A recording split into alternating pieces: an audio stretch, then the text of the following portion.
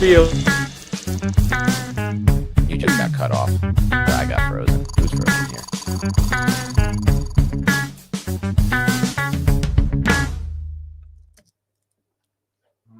Welcome back. It's Beyond the Box Score. I'm Dan Schneier. That's Jacob Gibbs. This is Beyond the Box Score, brought to you by Fantasy Football Today, where we, Jacob and I, attempt to go a little bit beyond the box score to help you win your fantasy football leagues. What does that mean for those who are new to the show? We are going to be grinding the data, the advanced analytics, and my God, does Jacob do a great job of that. And the film, looking through the all 22 coaches tape that we have access to find you trends, to find you information that can help you win your league. Three times a week the show goes, and this week, today's episode at least, we are focusing on some shifting backfields. So Jacob, you've looked through some of the numbers, you've watched the tape, I know that. Of all the shifting backfields, this is my question to start today's show. Which one do you think we see the greatest shift in heading into week 5? I'm going to say we continue to see more Brashard Smith in week 5. I'm going with a bit of a sleeper here.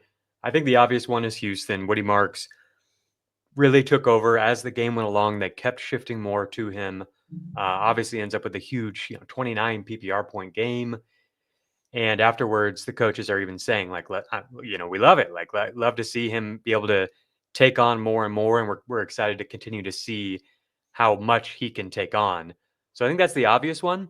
But I think maybe not so obvious unless you watch that Chiefs game was the impact that Brashard Smith did have. This is the 7th round rookie for the Chiefs. Many have typecast him as like the Jerick McKinnon role. And that's basically how they've used him so far, is almost exclusively on passing downs.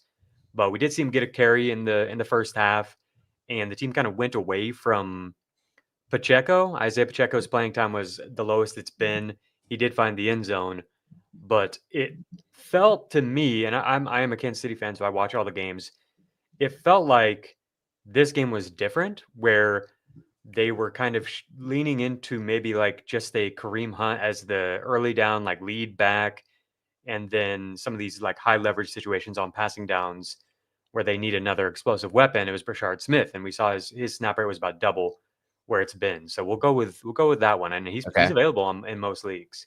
Yeah, Brashard Smith's a really interesting player. I watched his tape, and I was like, is this the next Tyrone Tracy, or is he a little bit different? Because I feel like there are aspects of his game that are definitely more suited for a receiving role at the NFL level, which is something that I know the Chiefs had their eye on. I remember when they drafted him, Jacob, I forget who it was. It wasn't the Chiefs GM, but their director of player personnel was like, Andy could envision a role for him right away. It's now week 5. And in week 4, we kind of started to see that formulate. I'm intrigued by that. There's a lot of moving pieces in this Chiefs offense that are starting to come into play. Rasheed's back in 2 weeks from now. I'm so excited for that. Worthy's back, and it looked like no limitations. Starting to get a little hope again for this Chiefs offense. I thought they looked awesome against the Ravens. Now, granted, I want to be aware that the Ravens had 6 defensive starters out. And it's that time of year, Jacob, where our analysis and our advice is really going to be shaped by the injuries, because it's taking a huge toll on so many teams. Tomorrow we'll get into a lot of this. I just watched the tape of the Giants defensive line against the Chargers offensive line. We could be headed down the barrel of a really bad situation for a team that had been scoring so many points for us in fantasy, the Chargers, between Quentin Johnston and Justin Herbert and Omarion Hampton. It could be a death knell. Sometimes these lines collapse to a point of no return, and we may be headed in that direction with some of them. So the Chiefs are not that team. And so I think Brashard Smith could be a guy that really does impact us. Starting this week, I'd like to see his role grow. But let's talk about more shifting backfields this week. What's the next one you want to get into here? Yeah, we'll get to them as we go along here. The first thing I wanted to talk about here is just I wanted to show people some of the. We're not going to have time to do a usage update this week, and I think it is important to do usage updates as often as we can early in the year. We go team by team and give you everything you need to know as often as we can.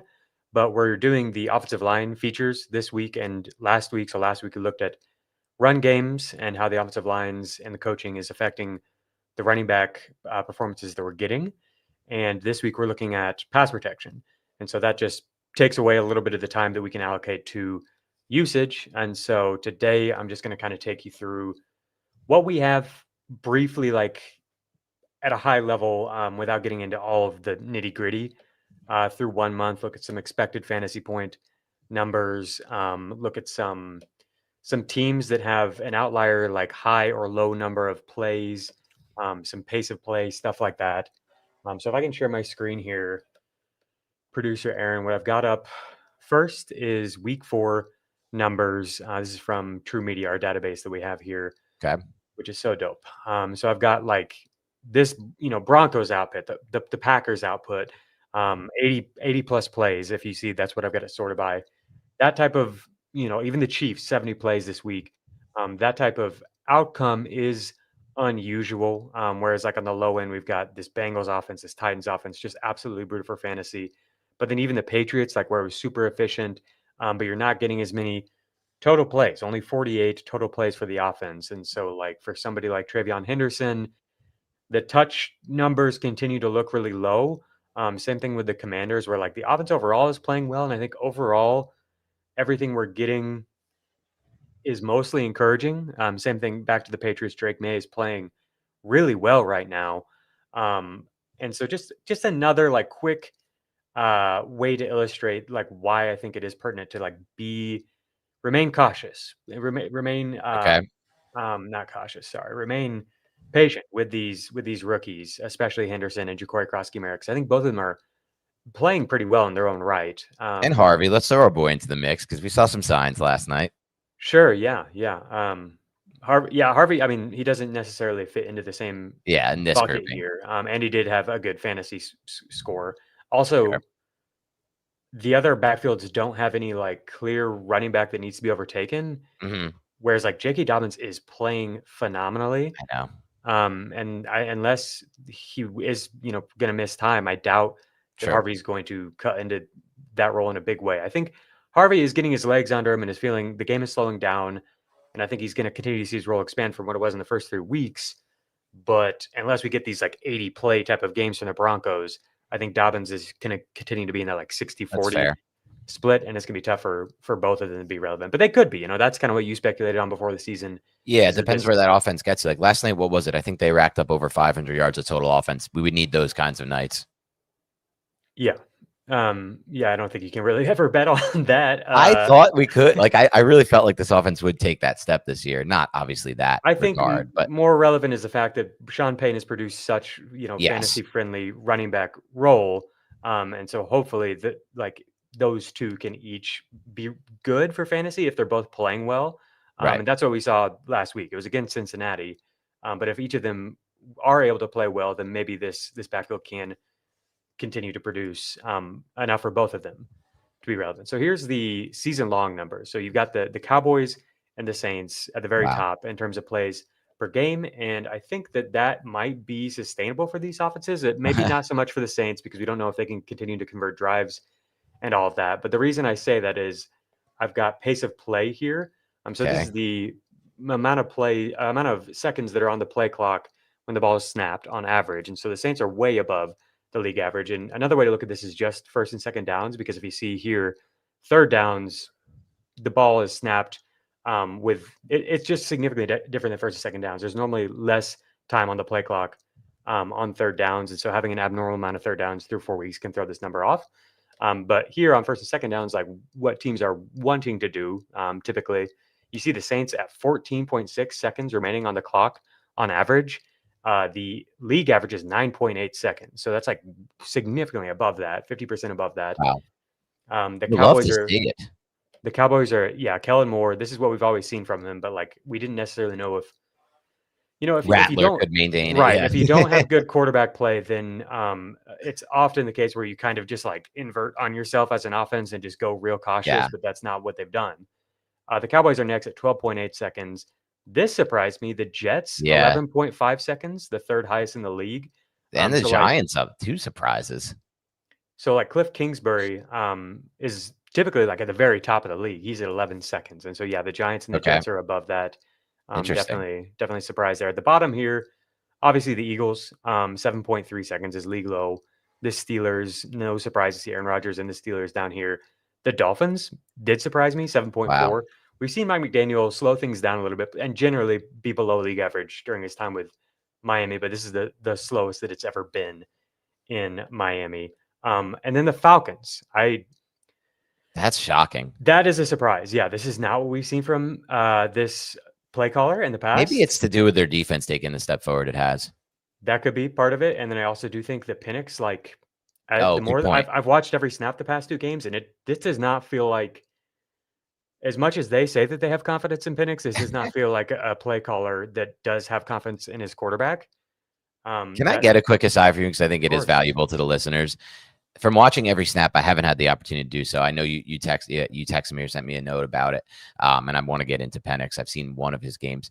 What are your thoughts on where he's at? Like, because it seems like the highs are really high with Pennix. I saw in some clips that people were cutting up this week. One insane throw he made rolling to his left down the sideline, but the lows continue to be very low, and it does appear to me, at least, like he's taking advantage of some matchups and struggle in some others. Where are you at with that offense and Pennix, and how it factors in for Drake moving forward?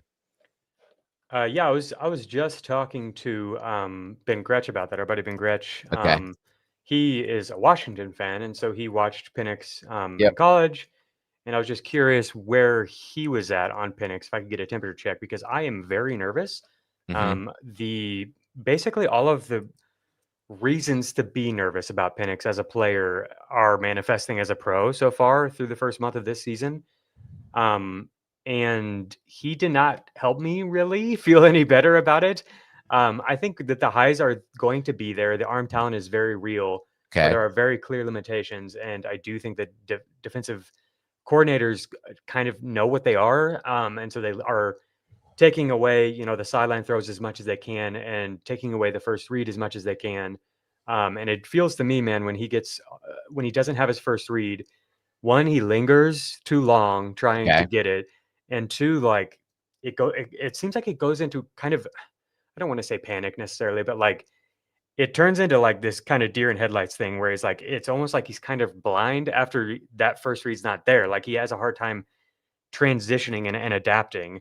Like the throw to Bijan Robinson on the wheel route in this past game was wide open, but he's just like stuck trying to get London on that first read, Sure. and then he finally sees it, and instead of making the throw, he rolls out to the left and underthrows him, almost throws an interception. It was just like, wow, that was bad. Like he needed to get there faster, and then even still getting there late, I think he could have made the throw, but he didn't like just fire it, and that's what I see Right. a lot with Penix is like it feels like everybody is kind of like not feeling confident in him to like do it like when it needs to be done. Like, To stay on time, essentially. yeah, And yeah. that's an issue for him. I wonder what Gretsch said. My interpretation of it, and I was lower on Penix than most coming out, or at least in Giants fans who thought we should take him at 8. I didn't think that was in the consideration because I felt like he was aided a lot by that Washington offense and the rules at the college level. When you have that much space to the field side and you have a great coach like they had, you could just keep attacking the field side, and he had the arm talent to do so.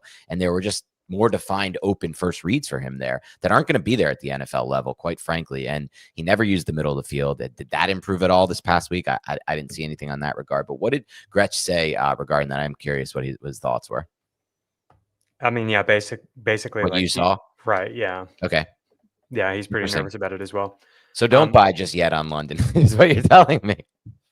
I mean, don't buy high on London after Yeah, the yeah, the week. I hope that you bought him last week. I don't right. feel really any different about London than I did at the beginning of the year. I have a little bit less confidence that Penix can like elevate Sustain. this and the team will play fast and stuff like that.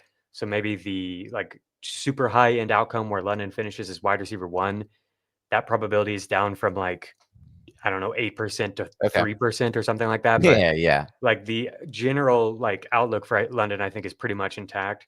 Okay. And he's still super, super good. I don't think the quarterback play is going to be significantly worse than it was last year over the full season when he had a really good year. Sure. That's where I'm at with London.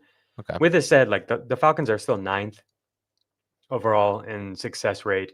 I think they're probably like top 5 or something in yards. Yeah, 7th in yards. They've struggled when they get into the red zone. They're only 23rd in points. So like that's where we're at with the offense. It could be better.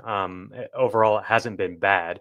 The last thing I wanted to point out here, with all these teams, and we get to break, the Ravens are 31st in total plays. Wow. Which is, definitely different. I was hoping, let me find this real quick. I'm pretty sure they were near the top last year. That's crazy too, because they had that skewed game with the Bills game in their first game. That should have skewed them upward. They were actually only 15th last year in total plays. But yeah, I mean, the offense just isn't working as well. Success rate is down from 52% to 46%. We hit on the line last week. I would be pretty nervous about all the Baltimore players, especially if Lamar is going to miss time. Yes. Very interesting. All right, let's take a quick break. Before we do that, though, I do want to mention, please help us grow the show here at Beyond the Box Score. Jacob and I love doing this. It's our first full year doing this. Thought the offseason, preseason was incredibly fun and hopefully impactful for your fantasy rosters. And now we're trying to get your teams even better. By doing so, we're going to be delivering content every week, 3 times a week. Different things we're going to be exploring, offensive lines like we did last week and this week. So if you enjoy this content at all, or just want to help Jacob and I grow the show, please hit the like button right now. We really need, I just need to make sure that everyone knows, Jacob, that every episode you need to hit the like button and leave a comment. All these things help the algorithm. And obviously, as you've known from listening to past shows, we will be reading questions from reviews on iTunes and Spotify. So if you want that, please do that as well. All right, we're going to take a quick break and get right back into the show. What's he like? The happy-faced killer? You mean my dad? Be glad you never have to know. You think that you're so much better than me. You're just like your old man. I am not like you at all.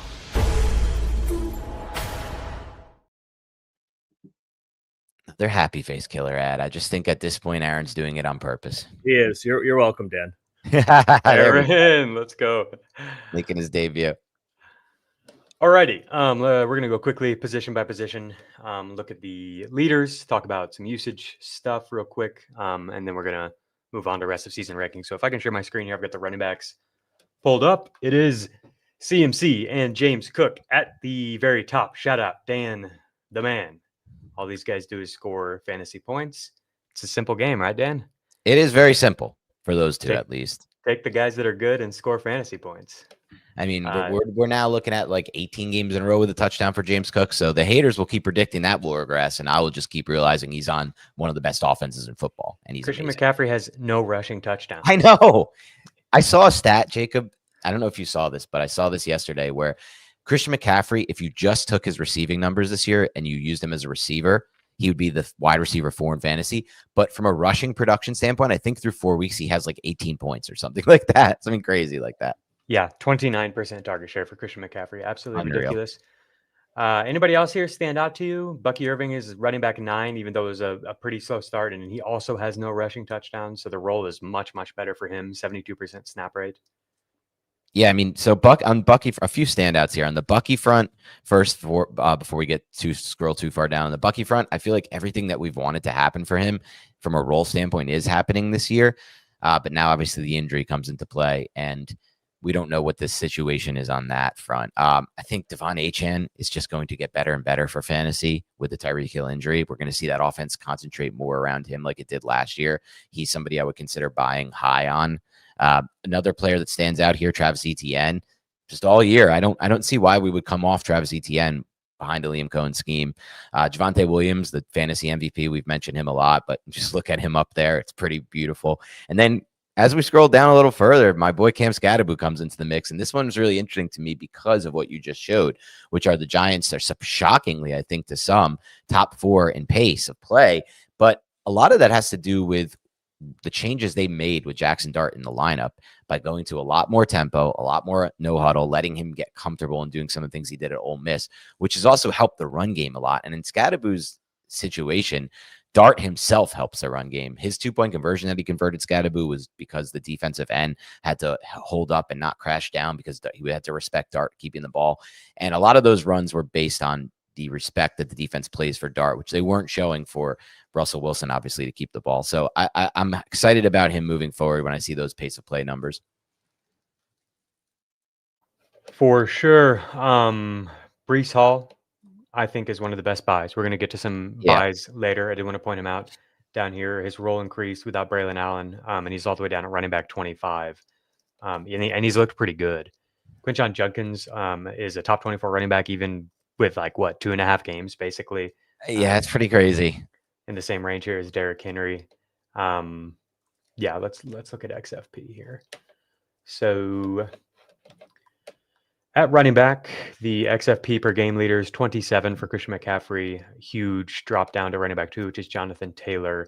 It's such a different role than we've really ever seen for both Jonathan Taylor and James Cook here to be, top 5, top 7 in XFP, playing way more. James Cook is touching the ball way more than he ever has. I've got a really good tweet on that that I'm going to look up. Love to see it. Anybody else here?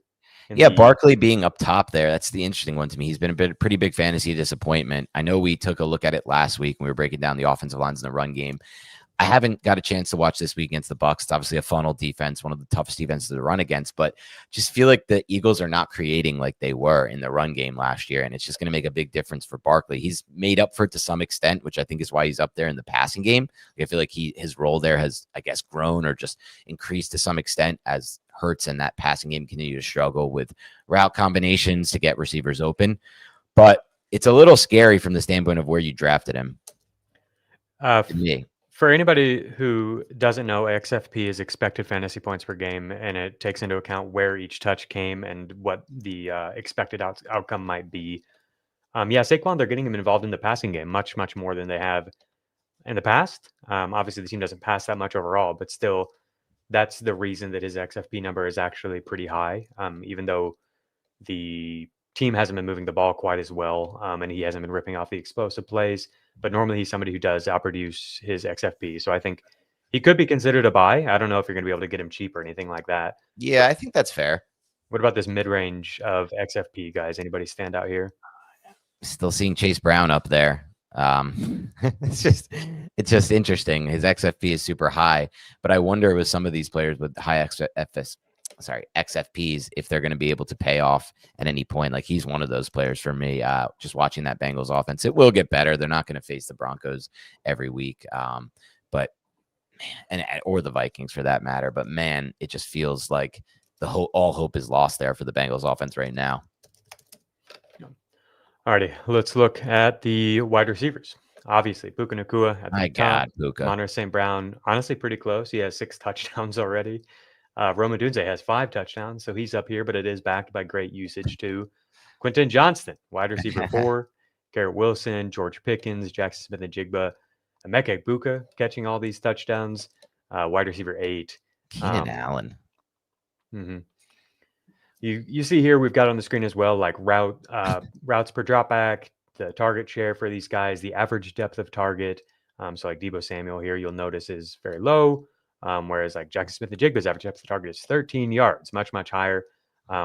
Just wanted to show this to everybody. We've got a lot to get into today, but you can at least, if you are a YouTube person, you can see all of this data here for you. You've got yards after the catch. And then even over here, you've got the fantasy points per route run, targets per route run, all that good stuff. The percentage of their snaps that are lined up in the slot. A lot of info for you to dig into here. Anybody else stand out to you, Dan, as I scroll down and look at like wide receiver 12 through 30? Yeah, Michael Pittman is the one that I feel like been a great role. It's been a great role, right? And he looks good. He looks good. He looks healthy. It's been a great role. And at this point, like I have to at least buy somewhat into what Daniel Jones is doing over there, at least what Shane Steichen and Daniel Jones are doing over there. So I feel like he's somebody who I wouldn't sell, almost like more of a buy high to me. He stood out to me first on this list. And then another player who we were both off on, just interesting, DK Metcalf. Like, I kind of regret being so off on Metcalf. I know it's we knew that he could catch a touchdown and take it to the house. Like catch a 80-yard catch and run. Like that's. I think for me, Jacob, it's the less role's that. terrible. The role's terrible. I respect that. The role's terrible. Aaron Rodgers had like 200 passing yards with that 80-yard catch and run. Like there's I guess he could do this every week, but otherwise, like it's just not an offense I want any part of, really. I know what you're saying. Okay. I'll defer to that. The other player I wanted to mention, Zay Flowers was a breakout pick for us, was looking good, and now I'm just completely shell-shocked and feeling off about that. Like if Cooper Rush has to play games, I don't think he can support Zay Flowers at all. Yep, that's fair. Any thoughts on how the offense might evolve with no Malik Neighbors and Jackson Dart under center? Yeah, so I think a lot of thoughts on this. I think we're going to see a very similar blueprint to the 2022 Giants offense with Daniel Jones, where he was, I believe, 9th in EPA, his only good season in EPA with the Giants, at least. Now he's been great with the Colts. But which just means a lot of runs, a lot of heavier personnel, a lot of bootleg action, a lot of quarterback design runs. So I think, the players you're going to want to roster are Dart and Scadaboo. I wouldn't rush to the waiver wire for a player like Slayton. He'll have some good games, but it's not going to be a consistent player, I don't think, at all for the Giants. I think this in some ways hurts Wan'Dale Robinson's value as well. If he was somebody you kind of snuckily picked up after week 2 breakout, I don't know if you can expect that moving forward. So really, I think it's going to be an offense that revolves around Scadaboo and Dart. Okay. How about any thoughts on the Dolphins without Tyreek Hill? What I've got here is the playing time once Tyreek was off the field. Okay. And so it was actually Nick Westbrook-Akine who played more. I thought Malik Washington would kind of step into the role that Tyreek was playing, but I think it's possible that maybe they'll put Westbrook-Akine out at like the X role, which is what Waddle had been doing, and then have Waddle shift over to the other role. Like maybe they just like the blocking more that they get here from the bigger body guy more than they would from Malik Washington. So the role didn't really change for Malik Washington, which is unfortunate because I think he of the two has a lot more fantasy upside than Westbrook-Akine. Yes. This is a small sample size here. They didn't really throw the ball very much after Tyreek went down. 30% target per route run rate for Jalen Waddle. So there's definitely upside for him if he's, everything we've seen from Waddle over the past year or so when he has opportunities is good. It's just like he struggled to stay healthy. The offense has been a mess and has been all over the place, really hard to bank on week to week. So do you have any thoughts on these guys?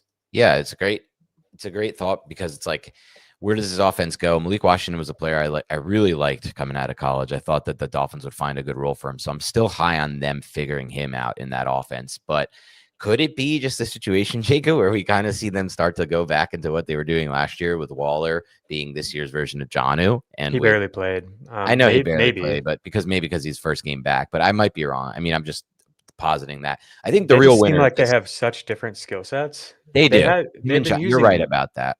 They've been using Malik Washington in that role. He's been getting more design screens, catch and run type things. I don't really know what they're going to do with Waller. I would guess he's like what we saw last night, where he's a red zone kind of option. Okay. Yeah, you might be right on that. I don't know if he has it in him to play like a full-time role at this point in his career. So definitely not going too hard on that. I think just the clear winner for me is just Devon Achane. Like we're going to see a ton more of Achane in the passing game, I think, moving forward, which is great for his fantasy value if he can stay healthy. Yeah. I also am a little nervous that Tyreek being out might just negatively impact the offense. This was something we were worried about with the Cowboys, though, and then right away they were still able to produce even without CeeDee Lamb against great the defense. I don't. Biggest difference there, though, Jacob. Sorry, go ahead. Quarterback. Yeah. Just one has Dak and one has Tua, and one has an offensive line that is, despite all the injuries, great because they just keep replenishing it. The Cowboys and the others, the Dolphins O-line. Yeah.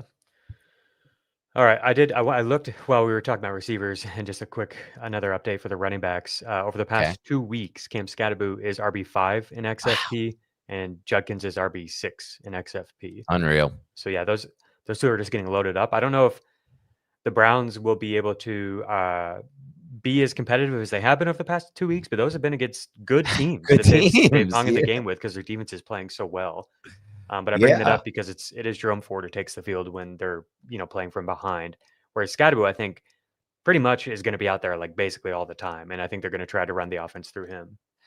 I think so too. I just am curious what will happen when Tracy comes back. If I were the Giants, I would be a team that shocks the league and uses pony personnel package more than anyone in the league. And just for those who don't know, pony personnel is 2 backs. So it would be both Tracy and Scadaboo on the field at the same time. I think a creative mind could get Tracy in the slot, in motion pre-snap, use him occasionally lined up as a receiver. He was lined up out wide last season for the Giants on more than a few occasions, former receiver at the collegiate level.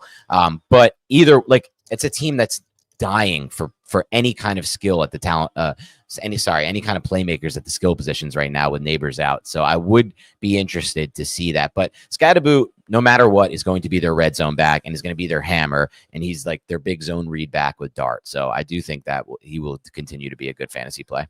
Yeah.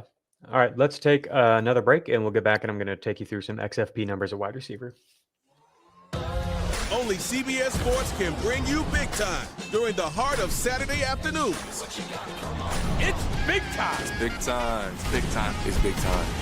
On CBS and streaming on Paramount Plus. Wide receiver 6 in expected fantasy points and actual fantasy points, George Pickens. Love our boy. That. Wide receiver 9 in expected fantasy points per game, even with some weird games thrown in there with injury and everything, is Drake London, even with a game where his offense scored 0 points. And like, so that is relevant. Like, you need that affects this XFP number, is like where the targets are coming. You love to see that. That's basically where I'm at with London. Is that I think even though Pennix is struggling, you know, I have the first read target rates up here as well. 38% for London. The only players who are higher are Garrett Wilson, Puka Nacua, Jackson Smith-Njigba, and Jamar Chase. Wow. So he's locked in. Keenan Allen, top 10, and Quentin Johnson not far behind him, wide receiver 13 in XFP per game. If you look at the Chargers, it is these two dominating the first read targets. 29% for Johnston, 23% for Keenan Allen, 24% for Ladd McConkey, but that Ladd McConkey number has dropped each consecutive week. It was down to, I think, 20% in week 4. A couple other names that stood out to me here, Tedero McMillan and Ricky Pearsall, 15, wide receiver 15, wide receiver 16 in XFP per game. And we're so close with Pearsall. If he could just stay healthy for a full game. Yeah, for sure. And like, I don't think either of these offenses are playing nearly up to their potential. And so, like, it's, to me, like the fact that they're here above Jackson Smith and Jigba, and that's kind of a reflection on JSN and the Seattle offense. It's been low play number and very run heavy so far. So, like, the percentages for Jackson Smith and Jigba are through the roof a lot of the times, but the actual XFP number isn't super high. But I do think that points towards even more upside potentially if the Seahawks are able to get into more competitive shootout types of games. That these percentages could extrapolate over a larger number and become huge totals. But I don't know. Seattle's defense might just dominate, might just keep being really, really good. So I don't know how many shootouts they'll actually be in. But that is just something to think about when you're looking at these percentages and how the actual outcome is playing out for the teams in terms of total plays and the game scripts and stuff like that. Nico Collins. If that's the case, I almost feel like the buys there are Walker, honestly, or maybe even Charbonnet with game script and red zone opportunities, because that defense is going to continue to play at that level, in my opinion. Yeah, I wouldn't label either as a buy at this point, just because I don't uncertainty. Yeah, I'm just not touching it. It's like if I have them, I'm not selling them. Yeah, and fair. I'm not really looking to buy either of them. You could be right, but I think unless one of them gets hurt, it's probably going to be kind of frustrating with the two Seattle backs. I think that's probably fair. Nico Collins is only wide receiver 21 in XFP, and we know that he can outproduce that, but I think this is another one where like the team level stuff is really affecting him and holding him down, because he has a 27% target share. That's really good for somebody who gets so many downfield looks. He has a 31% first read target share. It's just been pretty bad in Houston. We'll talk about them more on tomorrow's podcast. Yeah. Look at the offensive lines. There was one play that I saw cut up on Twitter. I'm not sure if you saw this, where like literally the ball was snapped and he was engulfed by a defensive tackle, CJ Stroud. Oh my gosh. Yeah. So yeah. It was crazy snap. Juwan Jennings, top 30. And this is another one where it's like, it's been a really weird year for him. It's not been like, he's been in and out a lot. And I think if you look at all the per route data with Juwan Jennings too, like, I think this is probably one of the best buys at wide receiver, especially if this offense like is able to get healthier and find its footing. If he's able to get healthier, we know that Juwan Jennings can ball. Troy Franklin, look at him. Yeah. What are your thoughts on Franklin? From what you've seen? It's good that he's continued to play a role. Let me check on the usage for last night. They're throwing to him a lot in the red zone. They're also designing screens to him and trying to get him catch and run type opportunities. He has the ability to be a good deep ball receiver. So he's definitely interesting. But with that all said, I think Bo Nix is honestly playing terrible, like literally one of the worst quarterbacks in the whole NFL right now. He is definitely playing bad, especially considering all the context, the players he has around him, great skill position talent, great offensive line, and a great scheming coach and play caller and play sequencer. But I feel like from the role standpoint, that kind of works into play as a positive for Franklin, right? If he's playing this role around the line of scrimmage and in the red zone as that like creator in space, like the one play they designed, I thought it was such a good play by Sean Payton to have that got Franklin the ball on the outside. If he's that guy, he almost profiles to me from a fantasy standpoint as like a Deebo Samuel light type of player. Yeah. People are not happy with the Bo Nix comment, of course. Oh no. Are people coming at Nick? Watch the film and then also like look at the tracking data, like as accuracy stuff from a clean pocket and overall is from a clean pocket is one of the worst. And then we know we have a whole season last year and so far this year where he's also one of the worst against pressure. He's pretty good for fantasy because he runs. Right. He was great in week 4 because they had 80 plays on offense. Yeah. And like they were they were throwing the ball a ton and at the end of the Bengals game literally went play, punt for a whole game. And Sean Payton was like running it up. Like he was like getting so garbage stats at the end. I'm not, I'm definitely not salty about it because I lost the fantasy matchup because of it or anything like that. This is where that's coming from. I respect that. I know that feeling of pain that you go through and that we all go through as fantasy players. But it is interesting. We had to admit defeat on Nix last year, you and I, Jacob, because we were low on him. And then I guess he like was so amazing we had to admit it. Man, it could be one of those years though where like we see it a lot with these quarterbacks that second year when people finally have tape on them. Can they adjust when they take away the concepts that they leaned on over and over and over again in their rookie years? So we'll see with Nick. Still a long season, and he has great help around him. Yeah. So as for Troy Franklin, he led the team in targets again, 80% route rate. So that's 3 straight games that the route rate has been good enough for him to potentially be a fantasy relevant player if the offense is good. So let's just look at weeks 2 through 4, 86% route rate, 21 targets to 18 for Cortland Sutton. Average depth of target is 9 yards, although I would guess that's either like really long or really short. I don't think there's much happening in the middle. And yeah, pretty productive. I mean, 14 receptions, leads the team during that time. He's getting yards after the catch. So yeah, definitely a player you could take a shot on. He's a slot receiver primarily for the Broncos. And there's upside for him to get some deep balls and stuff like that. Marvin Mims, I think it's pretty unreliable. Like I guess in a best ball dynasty format or something like that, I would have interest. But outside of that, I don't really want any Marvin Mims anywhere. He's only playing 51% of the passing plays. Agreed. Alrighty, let's move on to tight end and keep this thing rolling. Tight end 1, Jake Ferguson, 62 PPR points. Hunter Henry is next at 53, tied with Trey McBride. Tyler Warren, Tucker Kraft keep doing their thing. I think Kraft is a little banged up, and so we haven't seen quite as exciting numbers over the past couple of weeks. We've also seen his average depth of target come crashing down during those 2 games. Similar to Brock Bowers, I think that when they're hurt like this, they just kind of do more like check and release, simple stuff. Yep. Brock Bowers had a 2-yard average depth of target last week. So it's a great point because we saw earlier in the season when he was healthy, Kraft, they started to utilize him as a vertical receiver up the seam. I hope we don't lose that, or maybe it's just something that needs it. And same thing, obviously, with Bowers. That would be devastating.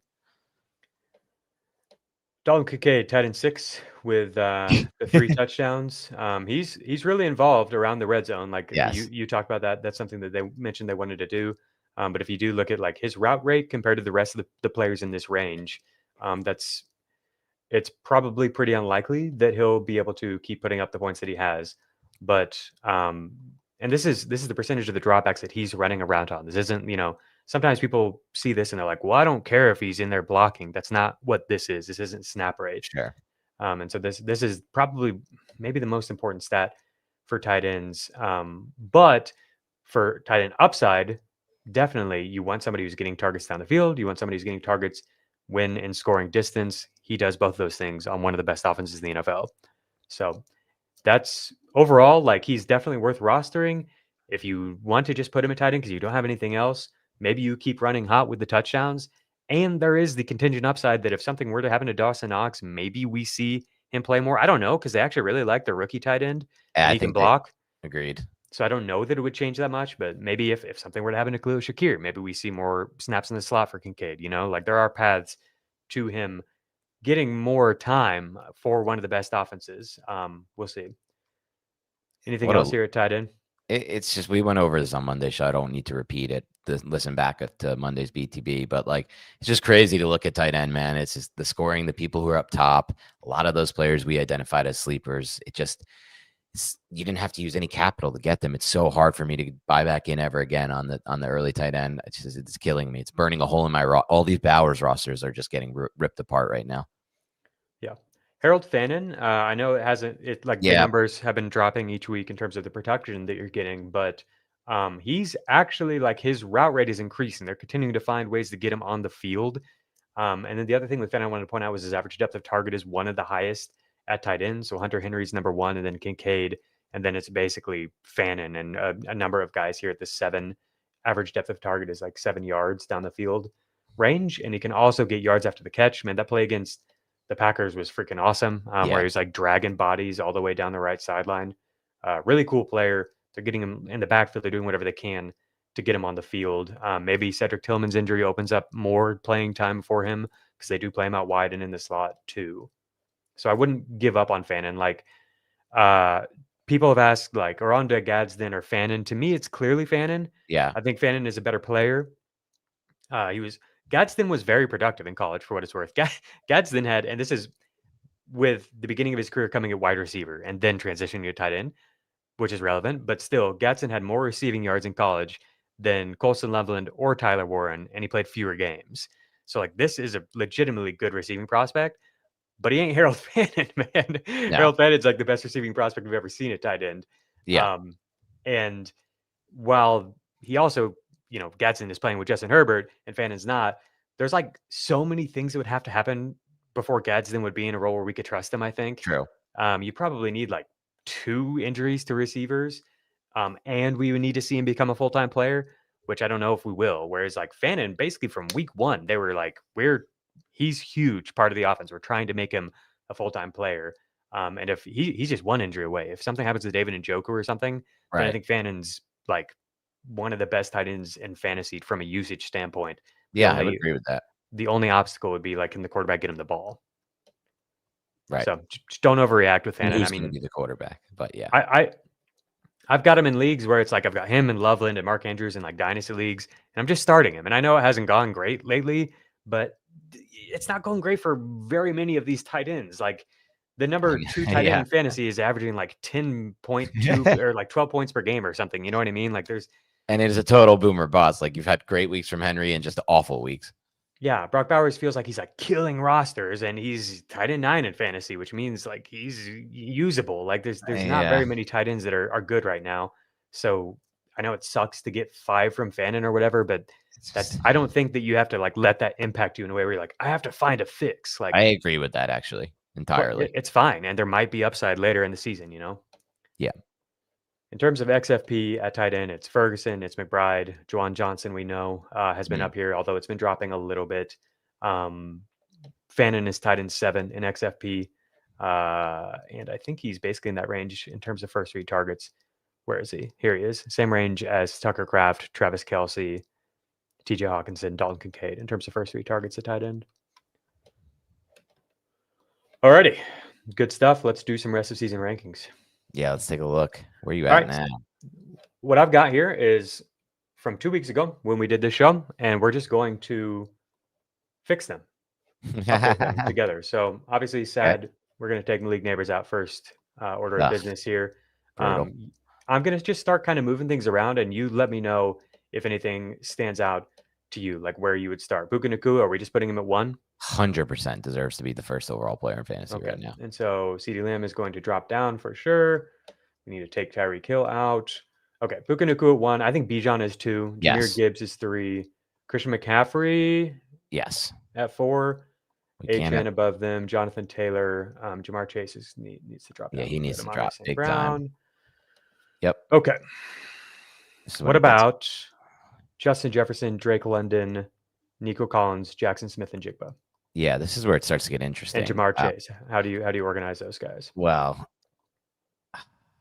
and even, I don't want to make too much of it. No, I don't want to make too much of it. It was a good matchup because I was thinking like the 1 week that he gets anything from his offensive line and anything before contact, Ashton-Jeanty goes off, and he's great as a receiver. He gets like a receiving role too. So I'm a little higher on him than I was just because of that. Like, can the offensive line just play decent football? But I'm not ready to put him just up there. So I think we definitely focus on those players that you mentioned for the next spot.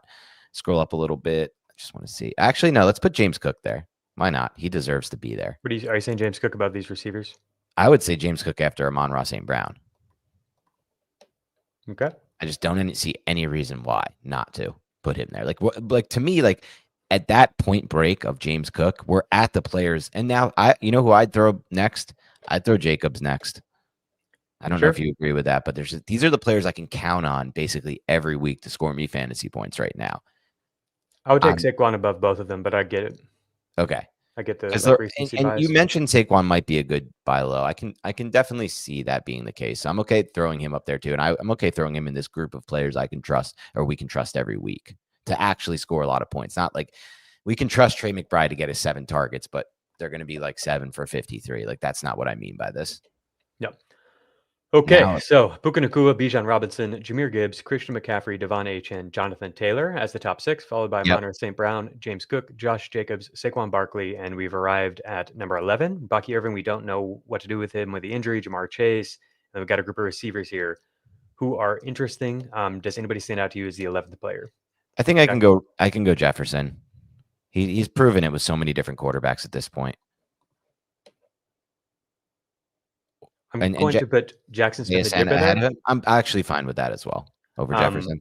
For all the reasons that I talked about after week 3. If you look at receivers who have averaged over 4 yards per out run while running at least 80% of the routes, they've almost all been top 4. Well, they all have been top 4 on a per game basis at the wide receiver position. And that's like 15 different guys. And the best of them have scored, Cooper Kupp, 440 PPR points, Antonio Brown, 380.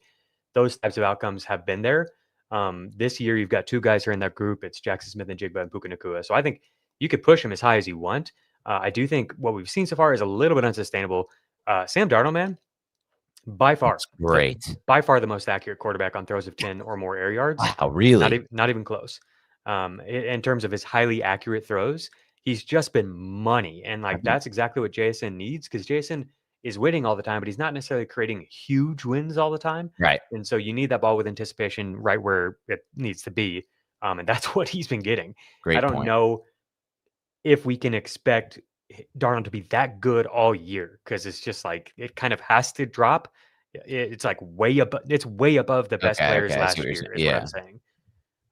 Fair. I'm confident in Darnold. This is where he's been at his best. Like, he was one of the best deep throwers last year. Right. And clearly, like, him and JSN and Clint Kubiak are onto something here that has been really hard to stop. He just looks good and confident throwing the football. It is still a small sample size of this working so well. And then also we have, like we talked about, the team level stuff where this is a team, maybe more than any, that is willing to just like beat you with defense and ground and pound. They've got 2 running backs they really believe in, and the running game has been working pretty well, and the defense is awesome. Like a top 5 unit for sure is where I'm at with the defense here. I see a lot of people in the comments saying, like, surprised this player is still so high. Surprised. We're not through it yet. Like, these people will be dropping in our ranks. We've just worked through the players we've mentioned so far. We will be editing. Like, so anyone you see right now below the players we've discussed is not where they're going to end up. Yep. Jamar Chase, what do you think about him compared to Nico Collins and Drake London? I'm not ready to even discuss Jamar Chase right now. There's too many players I would put above Chase right now. I want to get into some interesting ones now. You just scrolled over one of them. Is it time to put Rome Odunze up there? Is it not? Like, sure. It's kind of like maybe Drake London still above him. And it's going to be interesting when it comes to a player like Rashee Rice, because we both believe once he gets back in, he's going to be dominant. But we still have 2 more weeks, I think, without him. So I don't know where we can rank him based on that. Same thing with Lamb, right? He has the high ankle sprain. We don't know how he's going to come back from that. There's been pretty bad track record of players coming back from that. So these are trickier players to rank for sure. Yeah. Odunze to me is kind of like Jackson Smith and Jigba, where it's like we just have a small sample size of this working, but it is working really well. But he doesn't have the defensive factor. Defense is playing awful. Right. So we could see a lot of shootouts. Good point. I do think his perceived value is getting inflated a little bit because of the touchdowns, but okay. the role is there. Like, it's not like it's fluky, you know, the role is definitely there. I think, yeah, you could push him into this like Nico Collins, Drake London range. I don't think he's as good as those guys, but he is good. And the Bears offensive line is playing way better than Houston's Right. offensive line. I feel better about Caleb than I do about Michael Pennix. Yeah, I mean, let's put him ahead of them for now. I'm fine with that. Maybe not London for me. I keep Okay. London there. It's just Nico. It's tough for me, man. As much as I love Nico, you know, we're the biggest Nico fans from a player standpoint. It's just so tough for me to get him board with ranking him high right now based on the team context. It's as bad as it gets. What do you think about Devontae Adams versus Jamar Chase? Ooh. I mean, Adams, the hamstring injury, I think it clearly impacted him. He had that touchdown, but just wasn't really utilized how he was in the past 2 weeks prior to that. I don't know where that stands, and like if they just did that so he could be ready for their Thursday night game on a short week this week. I'm going to just assume that he's not hurt and he's playing healthy, and I'm fine keeping him up there as well. I mean, over Chase, that's would you put him over Chase right now? Sure. Okay. Yeah. What do you think about these running backs? Genty, I'm Henry, good with Amari, and Genty up Hampton? there. I'm good with Genty up there because I think we kind of saw, like you showed this week on Twitter, like just give this guy a little bit of breathing room and look at what he can do. Now, as far as the others go, I got to move Henry down my rankings if we're going to have multiple weeks of Cooper Kupp and that offensive line is not playing well and their defense is bad, which could lead to game scripts where we see more Justice Hill. So that's for sure for me. Henry moves down. Marion Hampton, love what I see. Finally looking like the player I saw at UNC. And then Joe Alt goes down. And like maybe the assumption is that the Chargers will run the ball more, but we went over it last week. They haven't really proven they can create yards before contact as an offensive line. They looked a little better against the Giants, but it was really just one big run and then another chunk play. The rest were kind of blown up.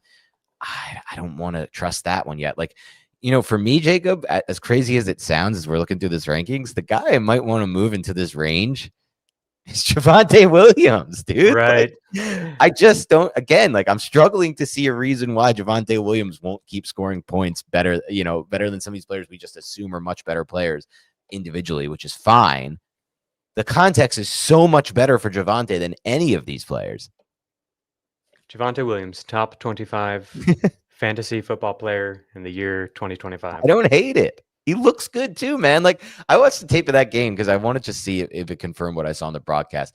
And he is making so many of these awesome micro cuts behind the line of scrimmage where he's processing the defense and just doing subtle little cuts and pacing and tempo behind the line of scrimmage to create extra yards before contact that a lot of backs would not do. He actually looks good out there. It's not just that he's on this amazing Cowboys offense with a good run scheme and with a great game script and going to score a ton of points and in scoring position all the time and getting targets in the passing game. It's everything. It's also him. So I'm perfectly fine putting him right up there.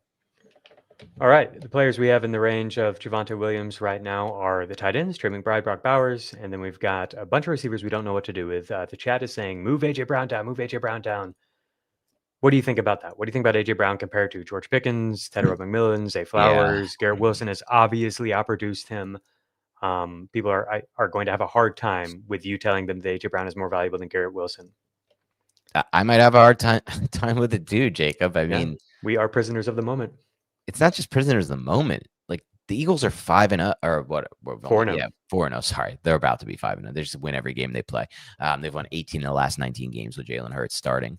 But the Eagles are 4-0, and there's just no real reason for them to change their game plan. I said this week 1 of this season, and I think this is going to be maybe one of my more accurate calls, is that this is going to look a lot like the Chiefs 2024 season with the Eagles. They're just going to be grindy games. It's going to look like they're not playing well, but they're going to come out with the win, and they're going to have no reason to help us from a fantasy standpoint. And that's kind of where we're at right now with the Eagles. So A.J. Brown, great talent. Obviously, we know what he can do when he gets targets and when the passing game is healthy. That passing game is not healthy right now, and he's not getting a lot of targets. Yeah, A.J. Brown, since the start of last year, is wide receiver 15 in fantasy points per game. Yeah. Garrett Wilson is ahead of him. So, like, I think it's valid, I guess, to put Wilson above him because obviously he's doing it right now. But Pickens ahead of him, too. And obviously we need to put Lamb up there. Pickens ahead of him. It's tricky with the injuries, but My issue with Wilson is something I've mentioned over and over. Is just like the framework is so small in terms of the number of plays and yards and touchdowns that are expected to be produced from this passing game. And so far, all of them are going to Wilson. Like almost 60% of the total fantasy points for the wide receivers and tight ends are going to this one player. And that's just insane. Like that, the highest rate last year was like 39%. The next highest rate this year is like 44%. And so to get like 60% of them seems impossible. And so it seems like his value has to come crashing down.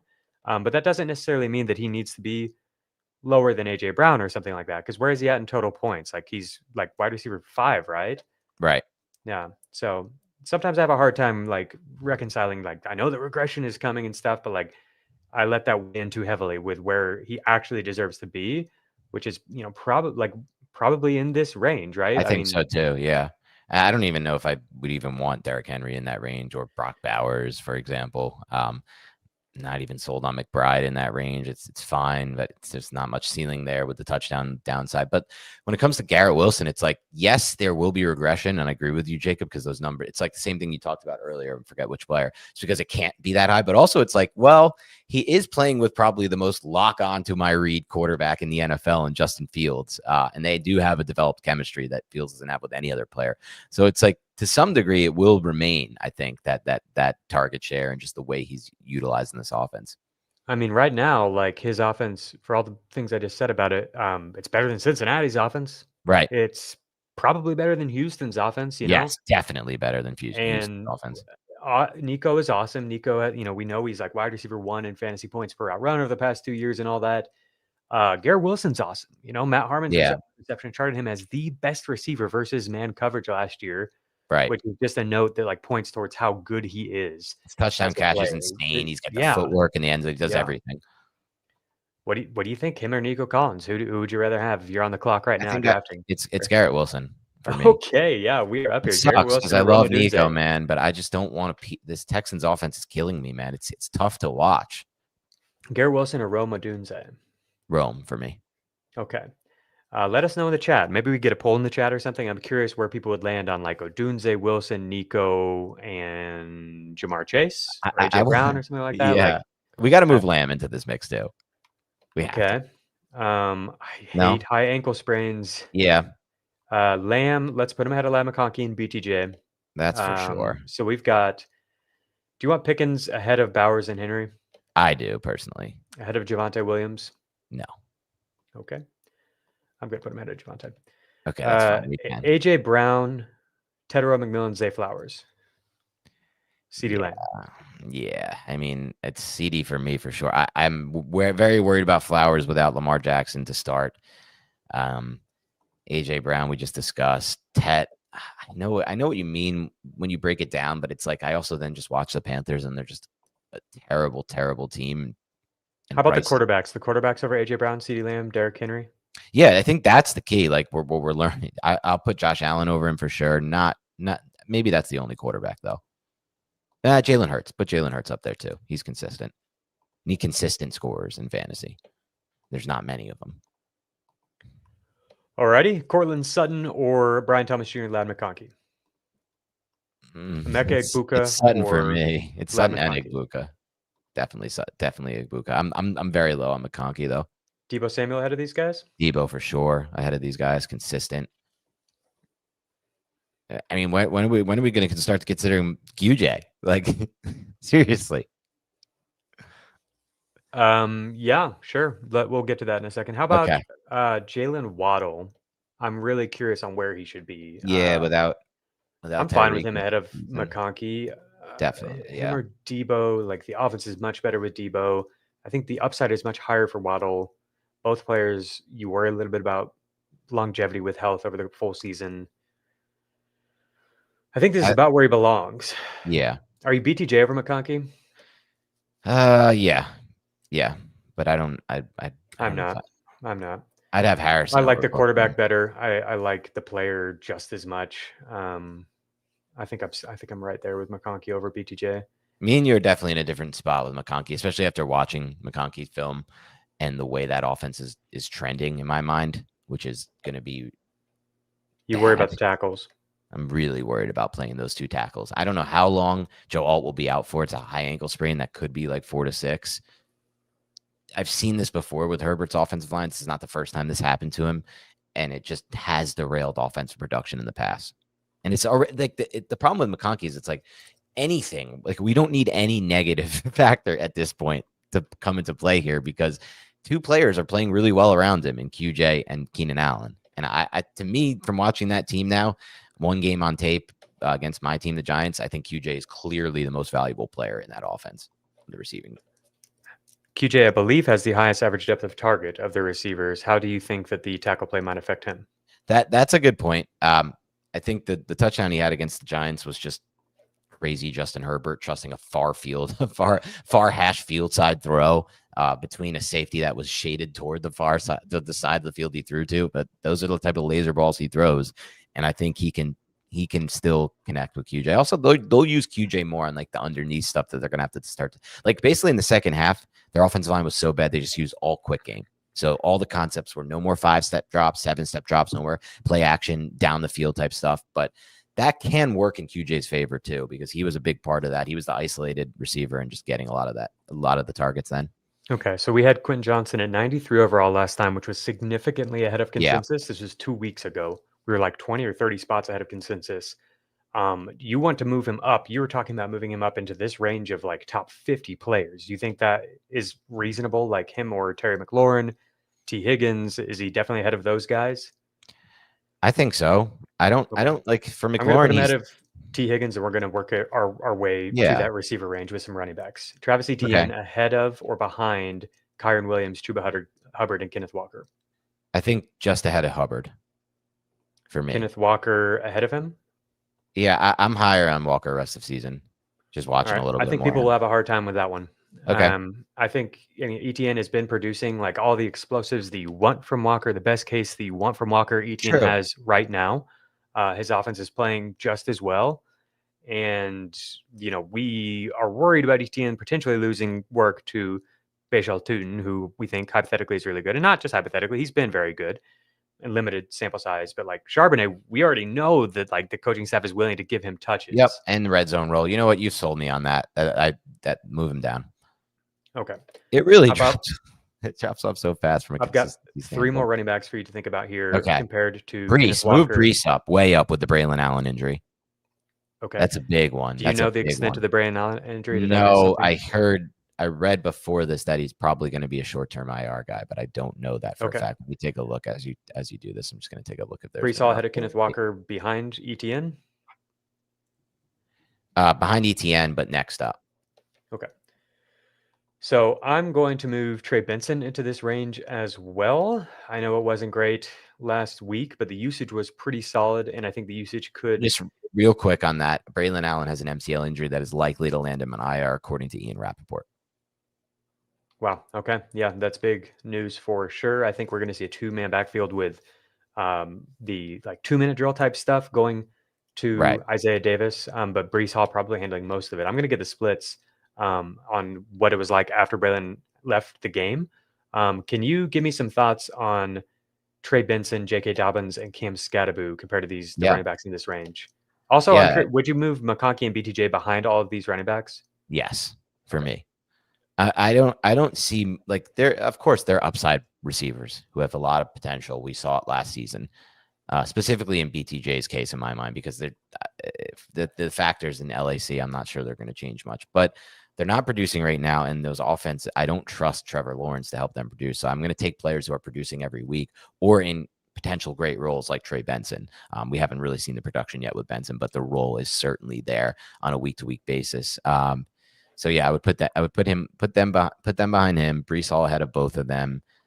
Let's see. I honestly, just looking at this, might put Brees Hall even higher than a player like Waddle and Kyron Williams too. But maybe we have to keep Etienne up there. Waddle, I'm still not sold on, just given his past and his history, and we just don't know the role yet there. All right. As Jacob looks up those numbers, I'm going to talk through a few more players. I'm curious. Yeah, Benson, Scattaboo, Dobbins. How do you order them? I didn't hear that. Did you say that?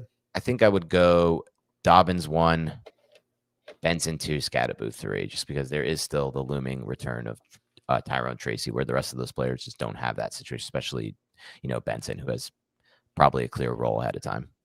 I have Benson highest because Dobbins has literally never made it through a season, and then there also is I think RJ Harvey is a bigger threat than Tyrone Tracy, and is definitely bigger than anything that Benson has. And I think that Benson's run game could work really well. Probably not. We feel better about Denver's overall offensive environment, but I think Arizona could be similar to Denver. Dobbins has played really well though. Yeah. Like the explosives that you want from Benson, Dobbins is giving you. Right. He doesn't really have a role in the receiving game at all, though, which Scadaboo could have and Benson could have. That's what Benson was doing before the injury, and they shifted things around and they got DeMarcado in as the 2-minute drill back. But Benson was getting targets and running routes before when it was him and James Conner. Dobbins doesn't really get that. They occasionally will do some play action targets to him, but I think his route rate is one of the lowest among top 15 running backs. Would you put any of them ahead of Hubbard, or is this where you think they belong, behind Hubbard and Walker? I think I put them all ahead of Hubbard. Okay. I mean, that's fair. The offense is struggling there. They could get on track this week, though. And also, we've also seen more of Dowdle than I think people projected. Anything stand out to you from the running backs in this range or the tight ends? Would you push any of them up into this McConkey, Hubbard, Scadaboo range? For sure. I think we're starting to see a few potential push-up players. Jordan Mason, not as much of a guarantee for me, just because that offensive line is starting to collapse in on itself. And I thought we saw that in the Steelers game. They really just couldn't do what they wanted to do, and then just had to play catch-up and got some fantasy points via that way, mostly through the air. But multiple injuries now in the Vikings offensive line. I think 2 or 3 starters are now out. I don't know the length of those injuries. So that scares me from what they were able to do. We talked about it last week. When healthy, that offensive line was creating a lot before contact. And I think that was a big reason why Mason was so effective. Yeah. Pearsall, I might want to move up, but then the injury. Henderson, maybe? Can we start to move Travion up?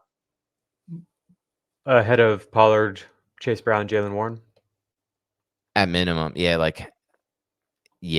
Ahead of those players, I guess. Higgins, man, Higgins and McLaurin. I don't know if I could even rank them that high. McLaurin, who knows that injury sounds really bad, right? They're placeholders. We're moving through it. Okay. Yeah. Okay. Yeah. I'm fine with Pearsall ahead of them, and I would put Juwan Jennings ahead of them as well. Yes. Okay. So yeah, the rookies are tough. I don't really see any, I literally don't see any. I would rather have Ja'Cory Cross-Keemer than Travion Henderson. Maybe that sounds silly because he's a much later prospect, but they're playing the same roles, they're getting the same opportunities. One of them is running back 1 in PFF grade and creating all these explosive plays, looks freaking awesome and not taking very many negative plays. And he plays in an offense that's better and the run game is much better. You know what? That's a good point. And just think about the actual production we will see when Jaden Daniels gets back on the field. We've had 2 games without Jaden. Personally, I wouldn't be moving Travion anywhere. Okay. I like moving Bill up because I do like the upside of getting back Jaden in that offense. I just glanced at the chat and people said that this is a Jalen Warren hate channel. No way. So I guess we have to fix that. Yeah. Well, it's just do you have any trust that we won't see a 50-50 split with him and Kenneth Gainwell after what we just saw? I don't. Well, yeah, you're right, because people have to take into account Arthur Smith's history as a play caller. Look into it. But with that said, Henderson's already in a split, and it's not the Patriots offense is way better than the Steelers offense. There's 3 running backs to contend with compared to just 2. I don't think Caleb Johnson's going to matter.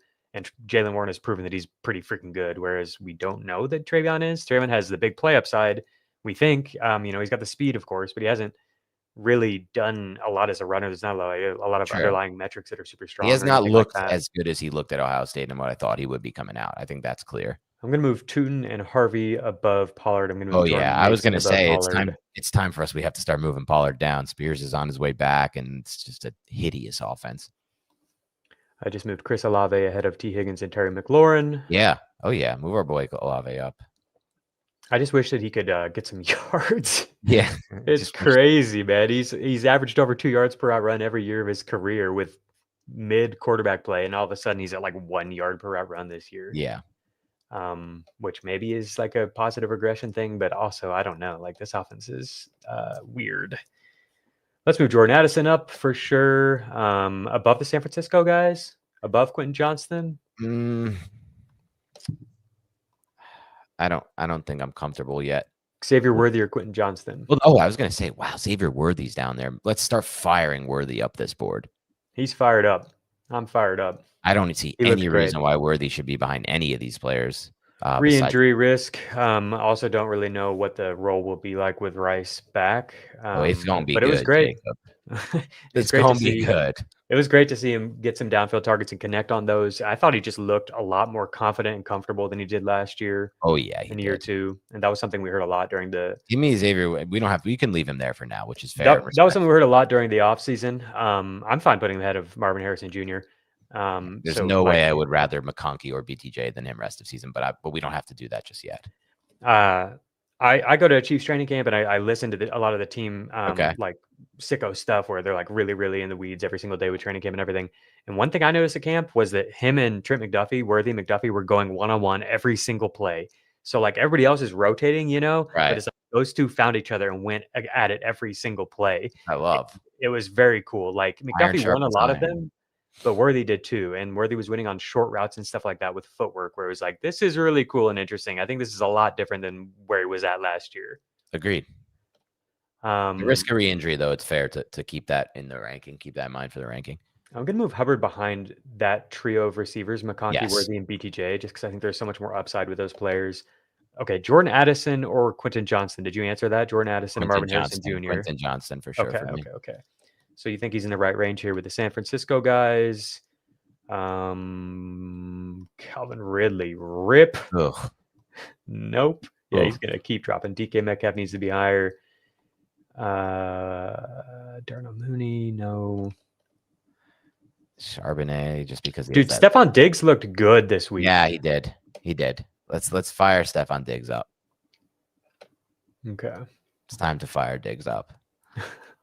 And I'm still not fully sold there, but we're getting to the point of like, who are we fully sold on in this range? Jake Ferguson, Quinshon Judkins is going to move way up.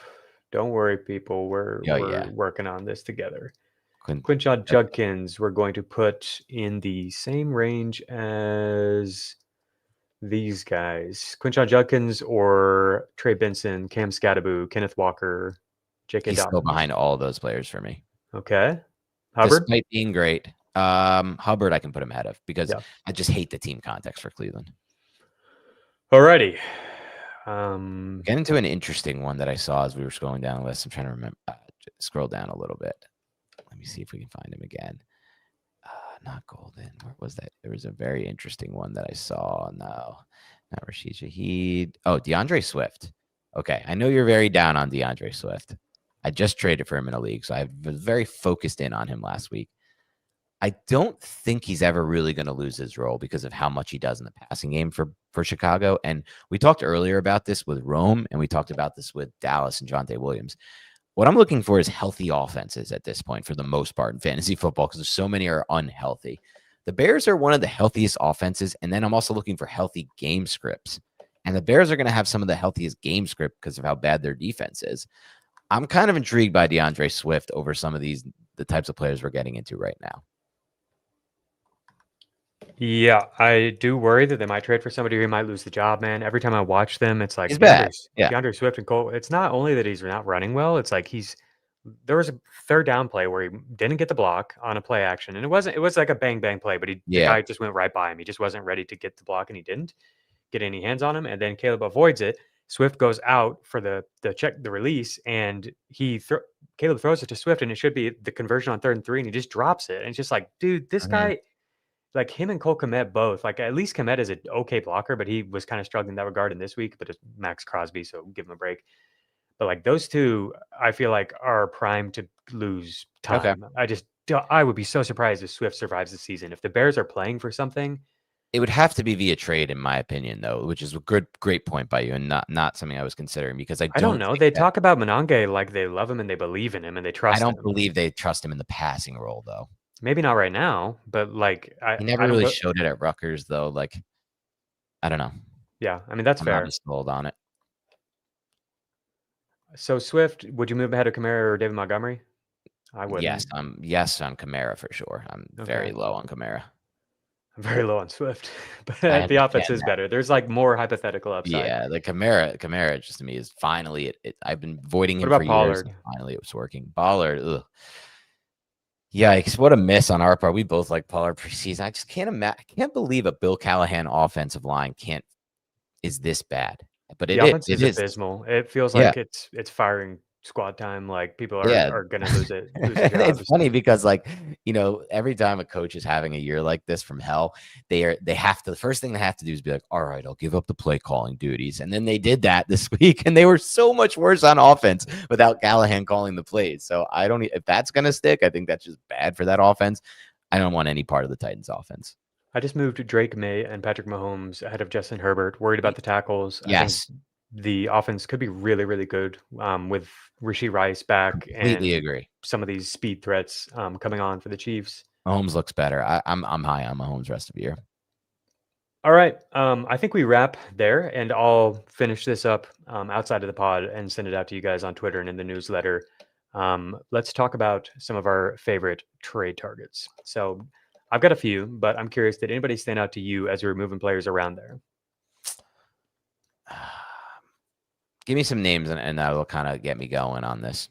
Okay, so I'm going to just start with Trey Benson. I think that I like that. Whenever there's like expectations for a player, like this, and whether it's waiver wire stuff or whatever, like he becomes really trendy, and then he gives you the week that he did last week. There's just a psychological thing that occurs for people, and I think you might be able to turn your Woody Marks into Trey Benson or something like that. And the team that just gave up 30 PPR points to Woody Marks is who Benson faces this week. That's the Titans that we just talked about, where it's like seems like people are going to get fired. We're only 4 weeks in, and we're like at that point in their season. I think that Benson could run all over them.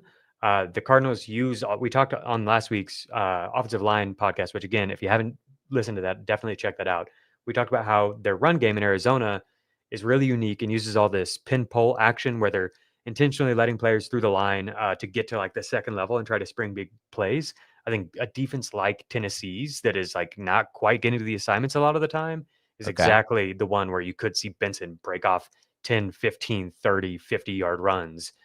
So the schedule after that isn't great, but I think that there's a real chance this is the cheapest Benson will ever be, and his perceived value might spike in a huge way with just 1 week if he goes for like 150 against Tennessee or whatever. So I would buy him now, maybe just hold him all year, or maybe trade him right away for like a big increase in your value after just 1 week.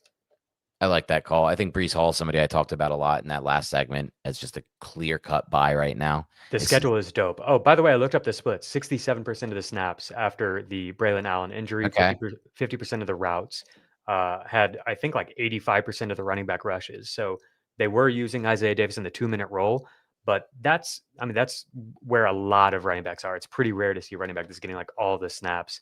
And the upcoming schedule for Breece Hall is Cowboys, Broncos, Panthers, Bengals. 3 or 4 great matchups there for him. Yeah.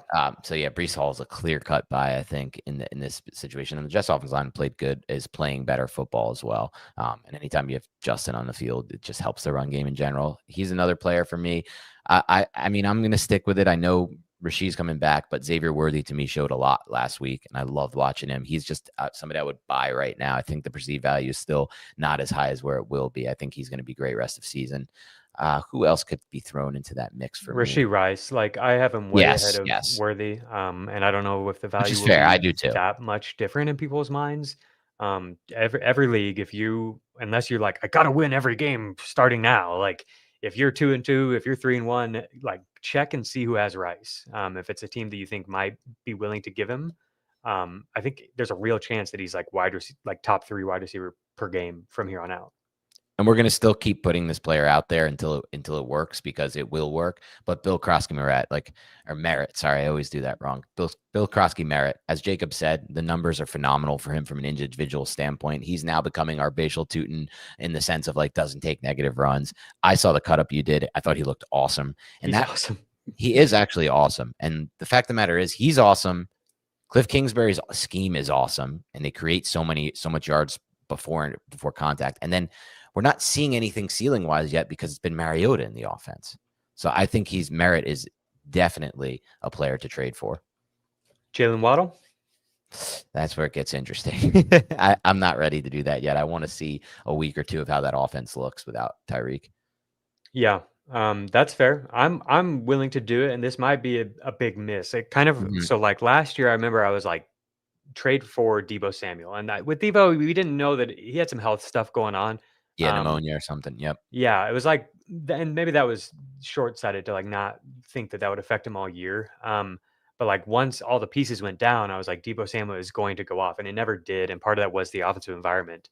And that could be the case with Waddle. But where we ended up with him ranked here is like in the same range as some of these, high end RB2s like ETN, Brees Hall, Kyron Williams, and players like that, where that's the upside for sure. And I think he's gonna be much cheaper than that.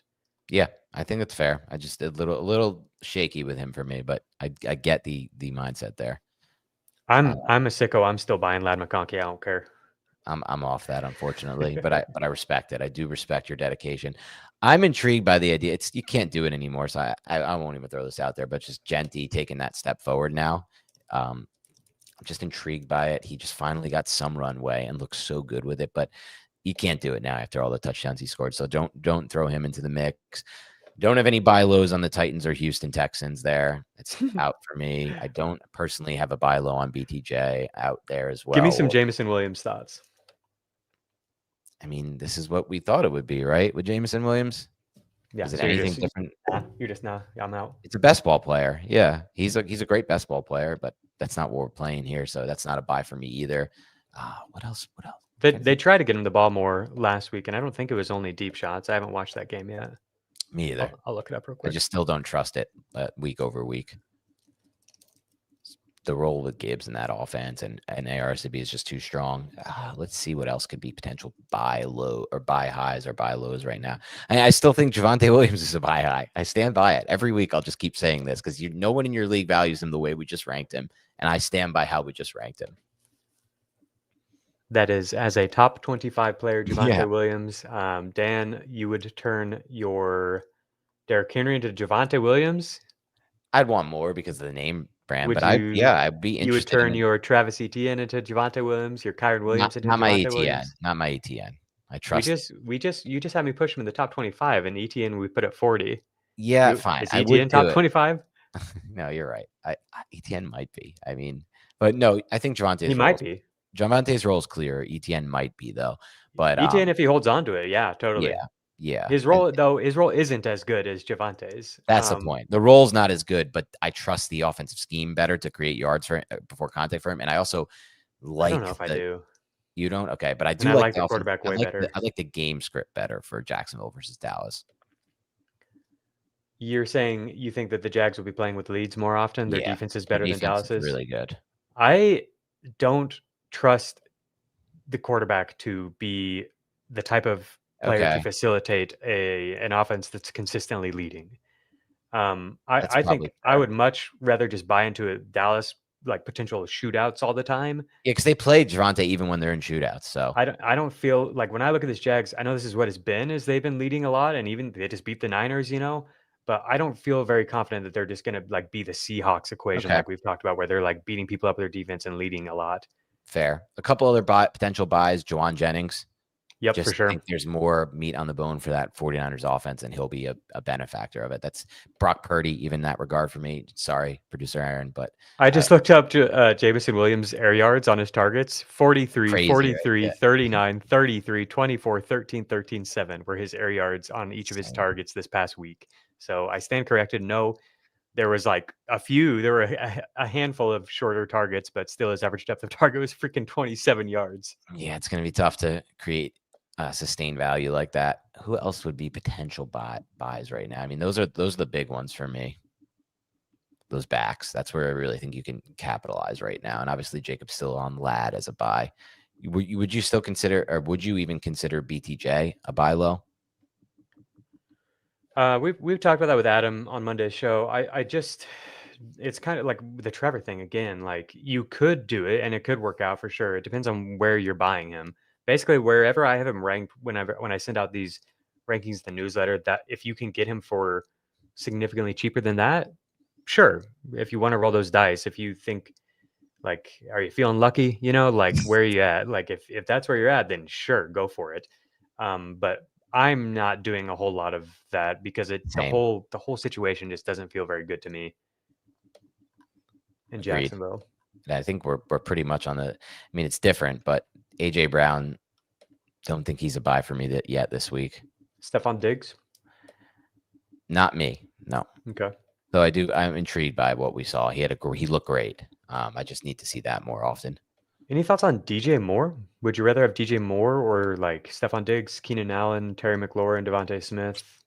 I think he's below all of those players, but like Chicago has played well enough that he could be somebody who kind of That's a good point.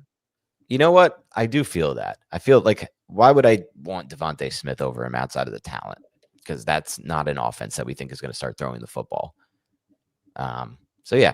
And then a few of those other players, maybe more could be an interesting. I do think he could be an interesting buy low. I mean, if you're trading for DJ Moore right now, you are trading nothing to get him at this point. Yeah. I think that's a nice super buy low. Alrighty, I'm going to organize our list here, and we'll give it to you after we do waiver wire and listener questions. Dan, have you thought about waiver wire very much? Like, where are you at with Woody Marks if he's available? Are you all in on him? Give me a percentage. Definitely not an all-in player for me, Woody Marks. Okay. Let's see if there's anyone on the wire this week that I'm super interested in signing. What type of bids are you putting in for Marks then? Because I do think especially if you need running back at all, it depends on the depth of your league, of course. But if you're in a PPR type of league, I think this is somebody that you do put like 70% of your fab on. Okay. It's hard always for me to say fab. I think it's so dependent on the leagues. For sure. But I mean, just last week, we were like, I think he's at the very top of the list of stashable players. So hopefully you got him before now. True. But like now we have confirmation, a freaking 29-point game. And like he looked good doing it again. It was against the Titans.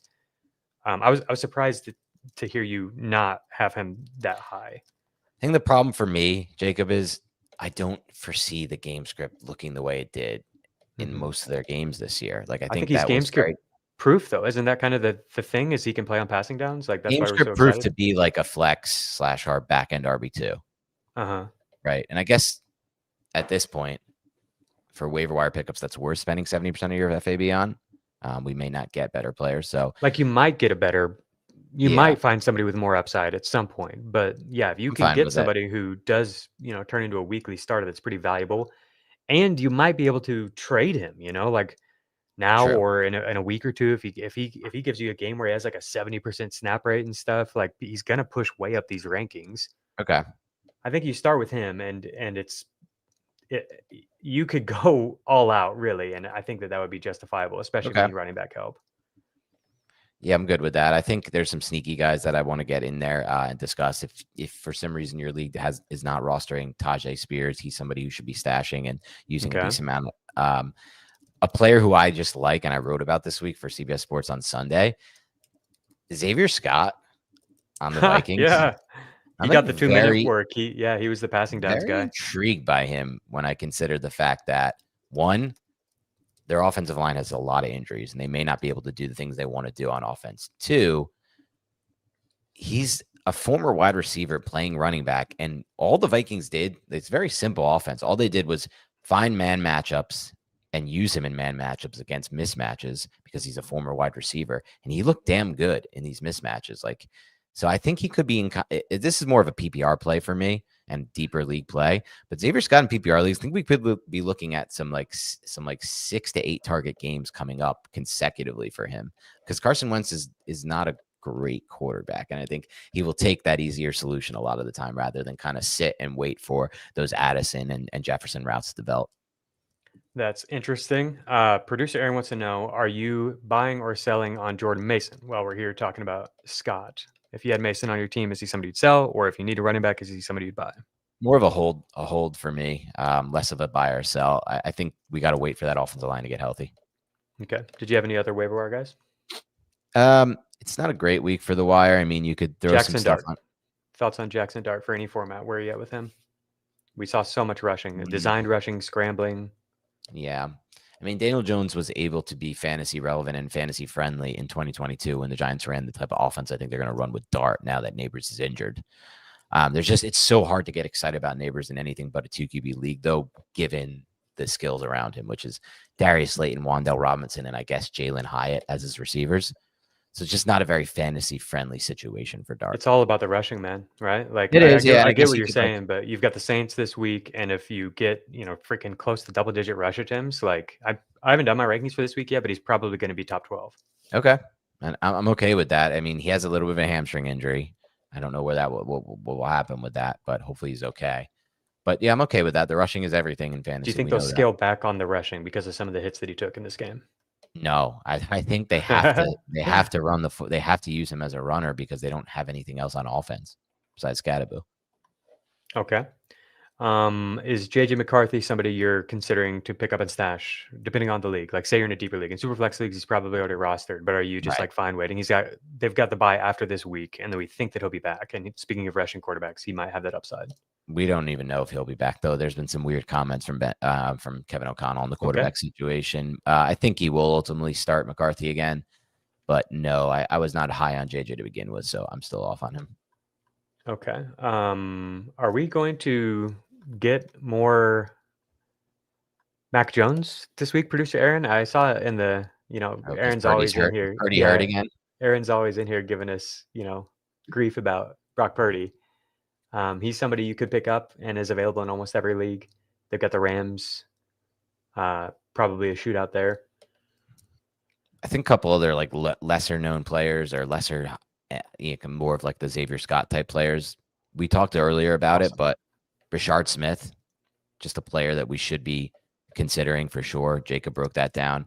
Yeah, for sure. SY, deeper league. And then Emmanuel Wilson for the Packers. Like I did like that they got him more involved this week. So kind of intrigued by him in some leagues. Good offense, good environment, not a bad player either. It looks pretty decent on tape. Okay. The top streaming quarterback, I think, is pretty clearly Sam Darnold against Tampa Bay. That's a game that could be a shootout. Tampa Bay lost a bunch of injuries. Starters. Yep. So I would put him ahead of Dart. Let's look through the running backs. So we've got Woody at the top. Rashard Smith is who I have next, above Tyjae Spears. You find signing off on that? Yes. Okay. Kyle Managai, if you have a bench spot, I think is interesting because they've got the bye week this week, and we could see things shift after this week, but you probably are fine. I doubt anyone's picking him up, this week while he's on bye, but it's possible that maybe they will next week. So if you want to get ahead of that, that's just something to consider. Blake Corum continues to be near the top of the list for stashes. We've got a question about him, actually. Listener question about Blake Corum. Kendra Miller? What about Kendra Miller or like Tyjae? I would put him right here behind Rashard Smith. Yeah, I liked what I saw from Kendra Miller. I loved his tape coming out of TCU. It's just hard to get too excited about him given the team environment. Okay. Kenny Gainwell above these guys? They've got a bye this week as well. Yeah, I don't really even know what the situation is with Jaylen Warren. Above Tyjae Spears? No, probably for me. Really? I would put him above Tyjae. Okay. I think that offense is awful right now, and we don't know if Tyjae will ever be anything. Yeah, that's fair. If the Warren thing lingers, you would hope that, he was warming up, trying to play. You'd hope that he'd be fine out of the bye. Yeah. Jaylen Warren. But if he's not, then like Gainwell, man, the role we just saw. I expect Warren to be like fully fine out of the bye. Yeah, I just have no idea. And even still, like he might mix in, even if Warren is healthy. Sure. That's fair. Maybe let's say Amari DeMercado, I think belongs in this range with like Tyjae and Emmanuel Wilson. I'm going to put him right above Emmanuel Wilson because he already has a role, and if anything were to happen, and I think that he's a bit banged up right now, Trey Benson. And obviously from the injury front standpoint, you want to make sure that you can get Rachaad White on your roster. There's potentially Sean Tucker there. We don't know what the Bucky Irving situation is. It just doesn't sound great. Yeah, good call. Yeah, it doesn't sound great from the Bull standpoint. And then, there's other injury-based pickups that you're going to want to make. Like Darius Slayton's probably a play with the Giants. I wouldn't get too excited about it and expect too much of consistency there as a Giants fan, but definitely the play among the receivers who are available there. So Rachaad White's rostered in 79% of CBS leagues, but Tucker is definitely somebody to get. Tucker's, I think they love Sean Tucker, and he's a good runner. I would expect him to get 10 to 15 carries if it's like him and Rachaad White in the backfield. All right, wide receiver in the 50% rostered range. We have Rashid Shaheed, Rashad Bateman, Alec Iomanner, the guys we've been talking about, Troy Franklin. Slayton, yeah. None of them have really pushed up. Jaden Higgins got a touchdown this week. I continue to think he's a potentially good hold for later in the season, same as like Luther Burden. But his role didn't really change. Jalen Coker, I'll shout out Jalen Coker again as somebody to pick up because I think that they really, really need him. And I think as soon as he's able to go, although it doesn't sound like it's going very well, his recovery, it's been kind of like uncertain when he'll be back. It's a rough week for receivers. I mean, yeah, there's not very much a receiver. Okay. So what we've got, let's just wrap up waiver wire here. We've got Darnold and Dart as the top quarterbacks. Yep. Woody Marks is the top overall player. Are you going to put Brashard Smith next, I think, basically, unless you're in a Superflex format? I'm okay with that given the upside. Kendra Miller, Kenneth Gainwell, Sean Tucker I had next. Yeah. I think he's a great speculative ad. Somebody whose value could go up tremendously if the Bucky news is bad. Right. Tajay Spears, Amari DeMarcado, Emmanuel Wilson, Xavier Scott, some deeper running back pickups to know. If you've got space to hold somebody like Jalen Coker, I think he's a great pickup. Torrey Horton, Luther Burden, Jaden Higgins, those are the stashes. Troy Franklin, if you need something right now, but they are playing the Eagles this week. So I don't. Same thing with Slayton if you need something right now. Slayton, yeah. Slayton, I don't know, man. What do you think? Like, to me, I feel like this offense is going to continue to be very much like on the guardrails, with the first read, like design stuff. Do you think that they'll be pushing the ball to Slayton very much? I think that he can, but I just don't know how many of those plays they'll design. Does that make sense? Yeah. No, I know what you're saying. I don't think they're going to design so much around him. It's tough. It's tough given where I think the offense is headed, but it's just there's not many players on the waiver wire that project to anything close to his role. Yeah. Alrighty. So those are the waiver wire options, and then real quick, I'll run you through our buys again. For Dan, I've got Javonte Williams and Quentin Johnson and Deebo Samuel as like buy highs that Dan continues to believe in, and I think I'm fine co-signing any of those. Jawan Jennings, we both really liked as a buy. Was there anybody else here that I missed? Breece Hall is a big one that I think Breece Hall for both of us. Week. Okay. Yeah. Anything Breece else? Hall's a massive one. I think there was one more, but I'm blanking on who that was. Breece Hall's definitely the Xavier one. Worthy. Oh, Trey Benson. Xavier Worthy was another one of Dan's for sure. And Trey Benson for sure. Yeah, we were both in on Breece Hall and Benson as some of the best buys at running back. I think Rashee Rice, if you can buy Rashee Rice, if you can buy Bashal Tootin, those are the guys that I'm looking to kind of, have loaded on the back of my rosters to try to help put me over the top in the back half of the season. I like Jalen Waddle and Ladd McConkey as speculative buys based on the talent, but we know that could go either way with the way that McConkey's playing and with the way that Waddle and the Dolphins kind of always fluctuate. We never really know how that one might oscillate. So good luck if you are bold enough to take that route. Let's do some listeners' questions and let's get out of here. Okay. I've got them today. We've got a question for Dan the Man. I'm excited for that. Before I get that, we've got a question for producer Aaron. What do you think about selling high on George Pickens after his big week? I'm out on that idea at all. Pickens all the way, baby. We're right. Pickens all the way. Yeah, we ride or die with Pickens. This is going to be amazing game script all year for him, and he's an amazing player. Yeah. Okay, Dan, we're going to start. Aaron, we're going to start with Michael Mercado's question here. He says, best fantasy podcast, 5 stars. In a league where I'm 0-3, hopefully he got that win in week 4. 12-team PPR, 1 quarterback, 2 running backs, 2 receivers, 2 flex, 1 tight end. He's got Tedero McMillan, Emeka Egbuka, Rashee Rice, CeeDee Lamb, Ladd McConkey, and Troy Franklin at wide receiver. So a lot of talent at wide receiver. Maybe not so much dependable production so far, which is, that it's so frustrating to be 0-3 with those receivers. Yeah. At running back, Kenneth Walker, Jalen Warren, Quinshon Judkins, RJ Harvey, and Bashal Tootin. So again, Warren's been hurt. Walker's been up and down. Judkins, you didn't have the first couple weeks. At this point, you probably feel all right with Judkins and Walker as your starters. But still, this is a team that needs wins. It doesn't really matter if Harvey or Tootin or whatever, go off for you at the end of the year if you're not in the playoffs. So the question is, do I try and sell CeeDee Lamb? Who would you target? If so, he got an offer of George Pickens for CeeDee Lamb. He's thinking about maybe trading for Devontae Adams. I think George Pickens and Lamb are pretty interchangeable rest of the season. Again, this is just I really do not like players that have high ankle sprains. Okay.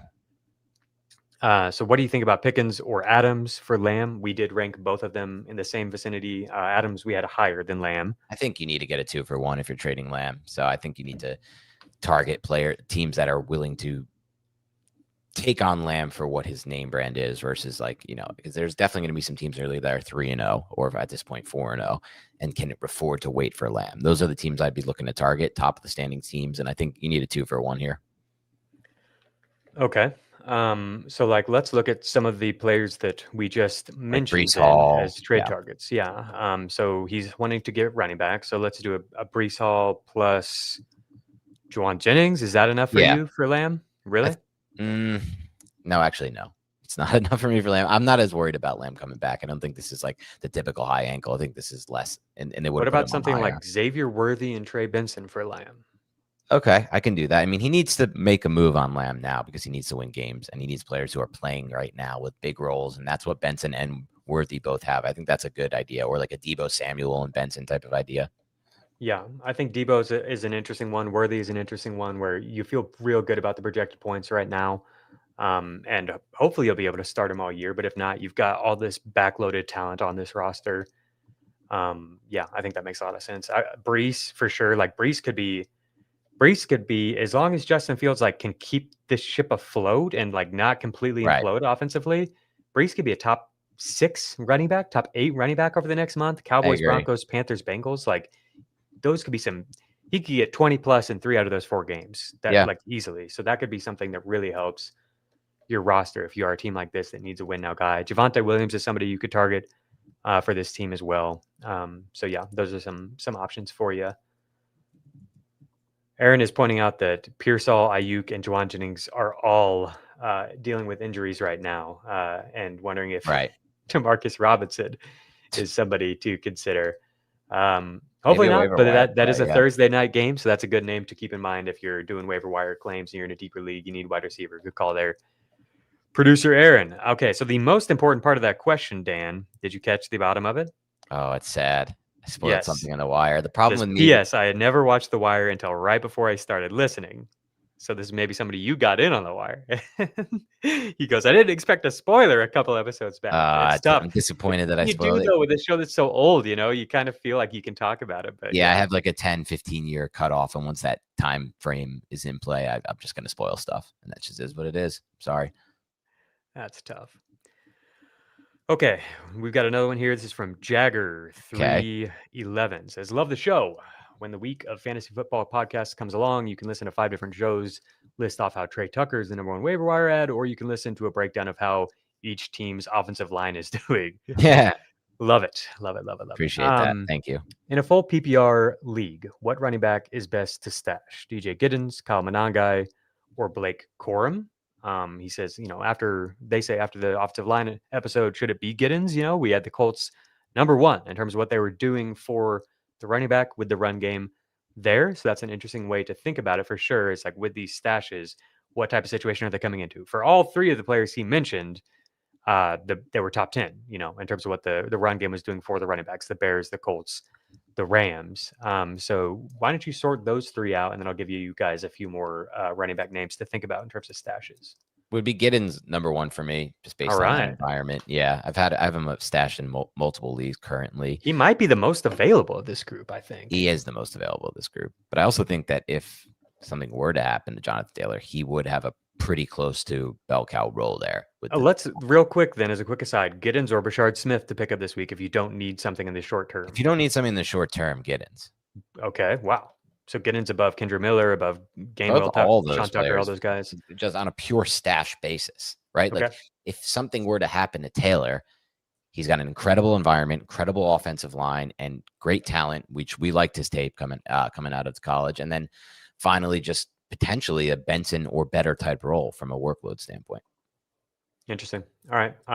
Yeah, I'm fine with that. I'm looking at my rest of season rankings, and I did have Giddens barely ahead of Brashard Smith last time. I feel like I would gravitate towards Smith. Maybe I'll give you a cop out and say in PPR formats, go Smith. And if not, go Giddens. Yeah. They're really similar. Okay. So Giddens, Corum, Bashard Smith, Ollie Gordon is a name I'd throw in here. Taj Brooks, maybe. He didn't really get a lot more involved. I was kind of hoping maybe he would this past week. These are kind of the stashes. Woody Marks is jumped ahead of these guys, so I hope you've been listening there because he was somebody we really liked as a stash. I would put Tyler Algier ahead of all these players, but I think he's rostered a lot more than these players. But that's another offense where, like, when we did the rankings, they were top 10. Brian what about Robinson. Yeah, okay.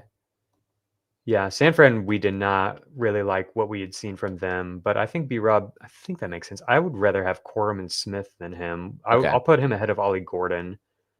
And I think I would put Monangai ahead of him. Do you not like that? No, I'm fine with that. Okay.